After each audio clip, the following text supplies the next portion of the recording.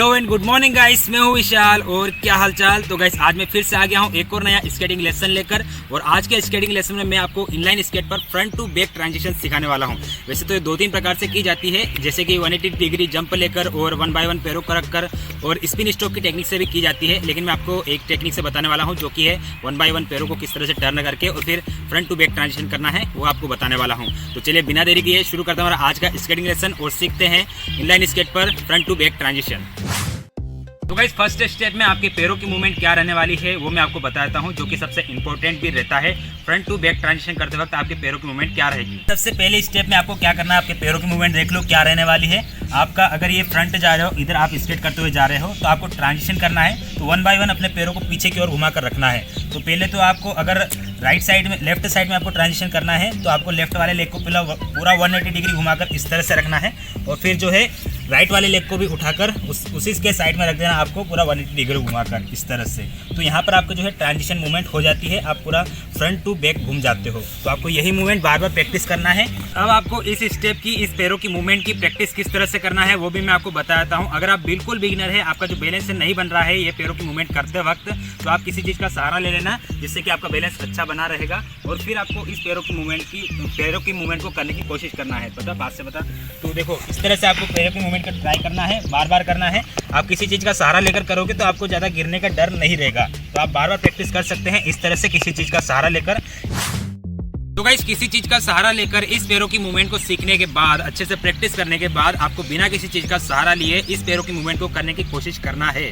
और हाँ, आप चाहो तो रोड पर भी कर सकते हैं या फिर ऑफ रोड पर भी प्रैक्टिस कर सकते हैं ताकि आपका बैलेंस ना बिगड़े। तो आपको किस तरह से प्रैक्टिस करना है वो भी मैं आपको बता देता हूँ। तो गाइस जब आप बिना किसी चीज़ का सहारा लिए इस स्टेप को करने की कोशिश करोगे तो हो सकता है कि रोड पर आपके जो स्केट है वो ज़्यादा फिसले और आपका बैलेंस बिगड़ सकता है। तो आप एक काम कर सकते हैं, आप इस तरह से किसी कच्ची जगह पर आ सकते हैं और फिर वहाँ पर आप अपने पैरों की मूवमेंट की प्रैक्टिस कर सकते हैं अच्छे से। और आप यहाँ पर अपनी जितनी हो सके उतनी स्पीड में पैरों की मूवमेंट को भी प्रैक्टिस कर सकते हैं। आपको कोई इशू नहीं होगा, आपके जो स्केट है वो भी फिसलेंगे नहीं और आप इजीली इस स्टेप की प्रैक्टिस कर सकते हैं। और गाइस कच्चे में अच्छे से प्रैक्टिस करने के बाद आपको इसी मूवमेंट को रोड पर भी ट्राई करना है। तो रोड पर आपको ऐसा लगेगा कि आपके जो स्केट है वो इधर उधर फिसल रहे हैं, क्योंकि आप डायरेक्ट कच्चे में से यहाँ पर रोड पर ट्राई करने आ गए हो। तो आपको थोड़ा बहुत बैलेंस बिगड़ता हुआ लगेगा, लेकिन आप बार बार प्रैक्टिस करा करोगे तो ये भी आपको ईजी लगने लग जाएगा। और यहाँ पर भी आप जितना हो सके उतना फास्ट इस मूवमेंट को करने की प्रैक्टिस कर लेना।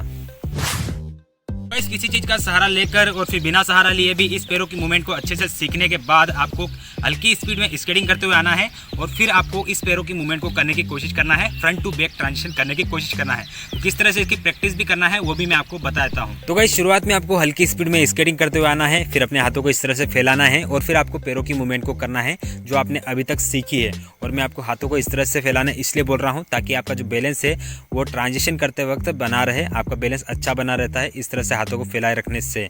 तो आप शुरुआत में इसी तरह से हल्की हल्की स्पीड में इसे ट्राई करना और जब आप अच्छे से करने लग जाते हो तो आप एक काम करना, आपके जो पैरों की मूवमेंट है ना उसकी स्पीड बढ़ाने की कोशिश करना। आपकी स्केटिंग स्पीड वही रहेगी लेकिन आप अपने पैरों की मूवमेंट को ज़्यादा फास्ट करने की कोशिश करना। और शुरुआत में आपको थोड़ी बहुत प्रॉब्लम्स देखने को मिल सकती है, ऐसा नहीं है कि आप डायरेक्ट सीख ही जाओगे। हो सकता है आपका बैलेंस ना बने या फिर आपको ट्रांजिशन मूवमेंट करने में थोड़ी बहुत दिक्कत हो सकती है स्केटिंग करते हुए, लेकिन आप बार बार प्रैक्टिस करा करोगे तो आप इन प्रॉब्लम्स को भी दूर कर लोगे। तो guys front to back transition करते वक्त आपके हेड की क्या मूवमेंट रहेगी वो भी मैं आपको बता देता हूँ। जैसे अगर आप चाहो तो इस तरह से फ्रंट टू बैक ट्रांजिशन करते हो तो आप अपने हेड को भी साथ में ले जा सकते हैं, इस तरह से इस तरह से ले जा सकते हैं, या फिर आप चाहो तो अपने हेड को उसी दिशा में रख सकते हैं और बस लेग्स को ट्रांजिशन कर सकते हैं कुछ इस तरह से, इस तरह से। तो आपका शोल्डर भी थोड़ा इस तरह मुड़ा हुआ रहेगा और आप पीछे की ओर भी देख पाओगे जिस दिशा में आप स्केट करते हुए जा रहे हो।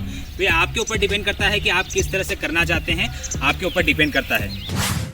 तो गाइस यहाँ तक तो आप लगभग फ्रंट टू बैक ट्रांजिशन सीख ही जाओगे, लेकिन अब आपको क्या करना है कि इसमें स्पीड भी लाना है। तो स्पीड आप अपने हिसाब से ला सकते हैं, धीरे धीरे ला सकते हैं, आपको जैसा कंफर्टेबल लगे वैसे वैसे आप धीरे धीरे स्पीड को बढ़ाकर भी फ्रंट टू बैक ट्रांजिशन की प्रैक्टिस कर सकते हैं। लेकिन फिर भी मैं आपको बताता हूँ कि किस तरह से आपको प्रैक्टिस करनी है। तो गाइस जैसे कि मैं आपको हर स्केटिंग लेसन में बोलता हूँ कि आप कोई सी भी स्टेप सीखो उसे डायरेक्ट स्पीड में ट्राई मत करो, आपको धीरे धीरे स्पीड बढ़ानी है और फिर आप जैसे जैसे कंफर्टेबल होते जाए वैसे वैसे आप स्पीड बढ़ाकर और फिर उस स्टेप को सीखो। तो वही चीज़ आपको यहाँ पर भी लागू करनी है। यहाँ पर भी आपको हल्की स्पीड में शुरुआत में ट्रांजिशन ट्राई करना है, उसके बाद में आपको जो है स्पीड बढ़ाकर ट्राई करना है जैसे आपको कंफर्टेबल कंफर्टेबल लगे उस हिसाब से। अगर आपको लगता है कि आपका बैलेंस अच्छा बन रहा है, आप कर पा रहे हो, तो आप स्पीड में बढ़ाना, अदरवाइज आप कम स्पीड में ही शुरुआत में अच्छे से प्रैक्टिस कर लेना, उसके बाद में आप स्पीड बढ़ा सकते हैं। और हाँ, साथ ही साथ आपको सेफ्टी का भी ध्यान रखना है। आप नी गार्ड, एल्बो गार्ड और हेलमेट वगैरह पहन कर ही इसे स्पीड में ट्राई कीजिएगा, अदरवाइज अगर आप गिर गए तो आपको चोट वगैरह भी लग सकती है।